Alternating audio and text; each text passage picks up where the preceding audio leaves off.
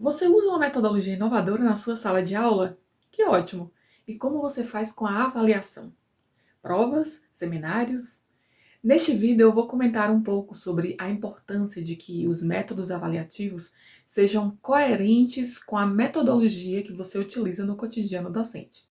Olá, eu sou Audrina Cândido, enfermeira e professora de enfermagem, e neste canal falo sobre docência, semeando saberes pedagógicos com o objetivo de te ajudar a transformar a sua sala de aula.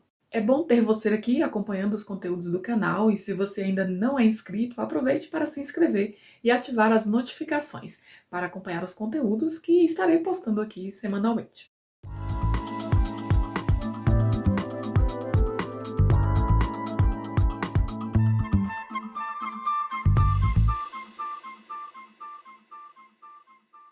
Nos últimos vídeos eu tenho comentado sobre metodologia inovadora. No geral, quando nós falamos de metodologia inovadora, a gente já pensa logo, né, em implementar técnicas diferentes, em ter aulas utilizando técnicas ativas, a conhecida metodologia ativa. Já comentei também que quando falamos em metodologias inovadoras, não estamos nos referindo apenas a este uso de técnicas ativas, socializantes, mas também e principalmente a uma postura docente, que dá ao aluno o protagonismo do processo ensino-aprendizagem. E, literalmente, uma mudança de postura do professor, que deixa de ser o centro deste processo e passa a ser o mediador entre o aluno e o conhecimento, conduzindo o estudante na sua jornada de aprendizagem. Muitos docentes, não em 100% das suas aulas, mas muitos conseguem implementar metodologias mais inovadoras. Mas um detalhe importante é quanto à avaliação. Como avaliar em uma metodologia inovadora? Bem, são muitos aspectos a se considerar e provavelmente eu não vou conseguir abordar todos eles aqui neste vídeo. Mas algo que o professor precisa ter em mente e que eu gostaria de ressaltar é que em uma metodologia inovadora não podemos realizar todas as práticas cotidianas docente, falando assim de modo bem simples, fazer as nossas aulas utilizando uma metodologia inovadora e na hora de avaliar voltarmos para o tradicional. Se isso acontece com você, eu sinto muito dizer, mas você não está exercendo uma metodologia inovadora. Na minha experiência, eu sei de situações em que o professor se utiliza de uma metodologia tradicional, aquela que favorece a memorização, a reprodução do conhecimento. No entanto, na hora da avaliação, mesmo sendo esta uma prova, ele quer que o aluno construa, elabore, sintetize. Com certeza, a maior parte dos alunos fracassarão, terão avaliações ruins. E também tem o inverso, aqueles professores que utilizam uma metodologia mais inovadora, que na hora de avaliar caem nas provas decorebas e que até exigem dos alunos, de fato, reproduções do conhecimento. Mais uma vez, esses alunos possivelmente fracassarão. É preciso que haja uma coerência do processo por completo. Se as aulas são inovadoras, as avaliações precisam acompanhar. Elas precisam também ser diferenciadas.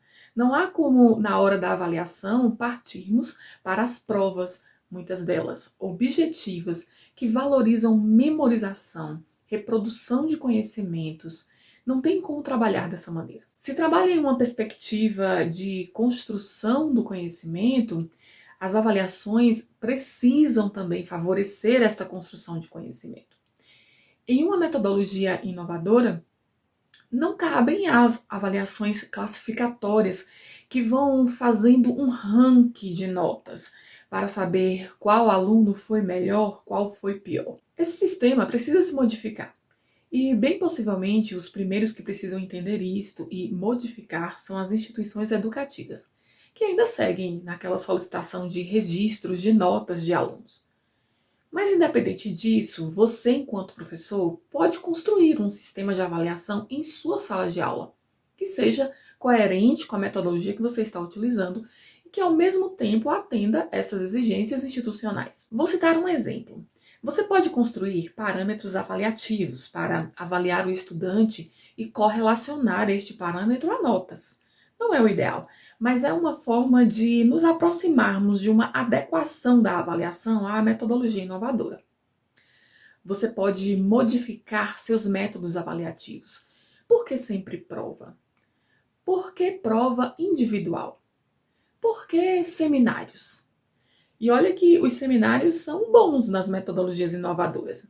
No entanto, a maioria deles são feitos dentro de uma proposta que nada tem a ver com o seminário de fato. É algo que muitos professores pensam que sabem, mas não sabem organizar. É o tal do seminário. Então, a dica que eu deixo é, se você utiliza uma metodologia mais inovadora, comece a repensar as avaliações. Algumas sugestões. Se possível, deixe de fazer provas. Caso não seja possível, pelo menos não faça uma prova com o valor total da nota ou com o maior valor. E foque em pequenas avaliações mais subjetivas, que sejam escritas ou orais, e que sejam mais frequentes, não somente aguardando aquele dia de uma prova. Essa avaliação oral pode ser, inclusive, no meio de uma discussão, não precisa ser uma prova oral. A partir dos objetivos de aprendizagem, construa critérios avaliativos. Vou dar um exemplo na minha área de atuação, que é a enfermagem. Se eu ensino uma disciplina de saúde do adulto ou de emergência, e um dos meus objetivos é, por exemplo, que o aluno consiga construir planos de assistência de enfermagem para um paciente que chegou na unidade infartando ou para uma pessoa que está em uma crise convulsiva. Se ele aprende isso, ele alcançou o objetivo. E como é que eu vou saber que ele alcançou o objetivo? Com uma prova? Não necessariamente. O que eu já utilizei muito na minha prática? As discussões. Durante uma discussão, o aluno pode expressar oralmente, de maneira lógica, sequencial, tudo o que é necessário fazer, inclusive fundamentando. Outra forma que também já fiz foi pedir a simulação de uma assistência em laboratório. Isso é muito mais efetivo para a aprendizagem e para a avaliação do que simplesmente o aluno descrever em uma prova o que ele faria. Você pode ter, por exemplo, um parâmetro avaliativo a partir dos seus objetivos de aprendizagem. Vamos supor que, neste caso que eu estou citando, o aluno deva saber expressar oralmente, de modo fundamentado, todos os cuidados necessários a um paciente infartando. Este seria o meu critério avaliativo. E como eu avaliaria isto? O aluno sabe expressar? Eu traduziria isso em notas, de 0 a 3, por exemplo, para o aluno que sabe expressar. De 3 a 5 para o aluno que expressa, mas que tem muitas lacunas na informação. De 5 a 7 para o aluno que expressa numa sequência lógica, coerentemente, mas não consegue fundamentar. E de 7 a 10 para aquele aluno que consegue executar, por exemplo, durante uma simulação, o passo a passo completo assistencial a um paciente que está infartando e consegue fundamentar. Quando você avalia dessa forma, você não avalia apenas o que o aluno memorizou, mas você consegue avaliar a capacidade de compreensão, a capacidade de organização e de síntese das ideias, a habilidade para expressar as ideias, a habilidade para executar algo. Sem contar que outros aspectos podem ser desenvolvidos e avaliados assim. Por exemplo, a capacidade de comunicação, a capacidade de organização das atividades, de trabalho em grupo.